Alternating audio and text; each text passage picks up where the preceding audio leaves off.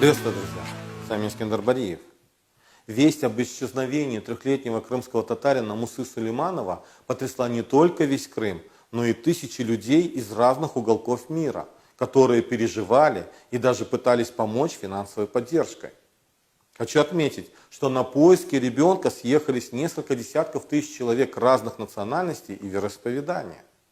Люди продемонстрировали солидарность, оставили свои дела и приехали за десятки и сотни километров, но, к сожалению, спасти жизнь трехлетнего Мусы Сулейманова не удалось.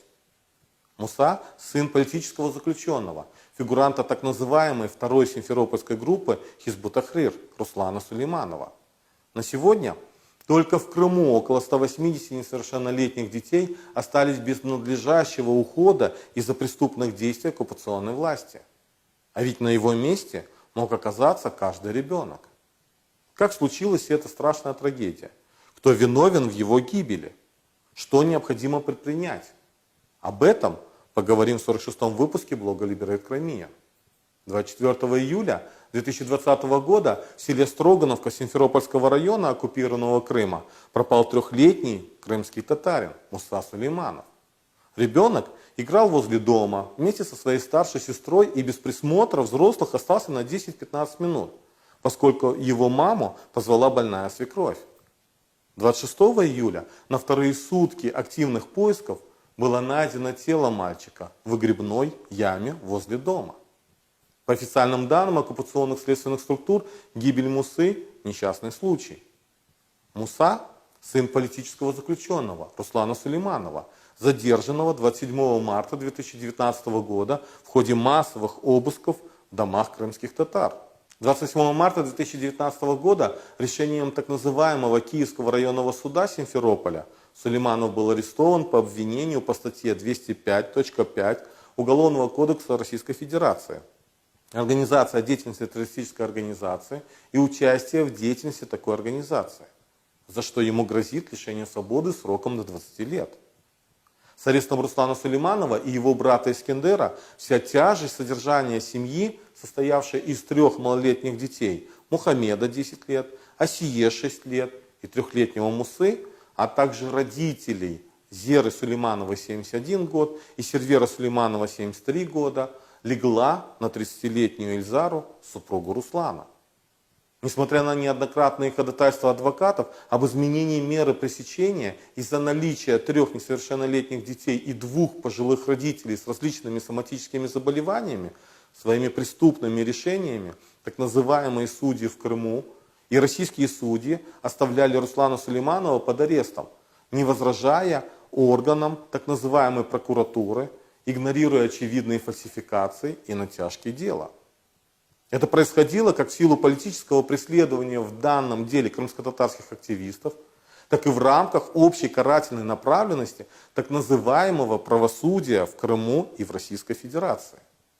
Поэтому все лица, причастные к очевидно неправомерному удержанию Руслана Сулейманова в местах несвободы и к давлению на его семью, также, безусловно, причастны и к трагической гибели его сына.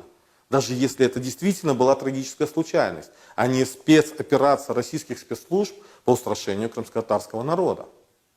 Крымско-татарский ресурсный центр таким образом считает прямо причастными к гибели Мусы Сулейманова так называемых судей Киевского районного суда города Симферополя, Можелянского Виктора Анатольевича, Цикуренко Антона Сергеевича, Белоусова М.Н., судей Ленинского районного суда города Ростов-на-Дону, Ткачева Игоря Викторовича, Барвина Владимира Александровича, Осипова Александра Владимировича, Борохову Ольгу Дмитриевну.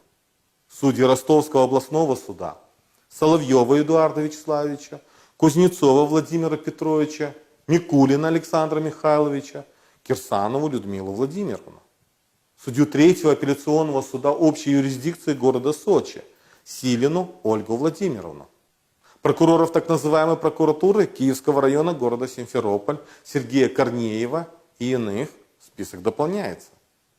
Следователей Управления ФСБ России по Крыму Махнева Сергея Владимировича, Малкова СС, список дополняется.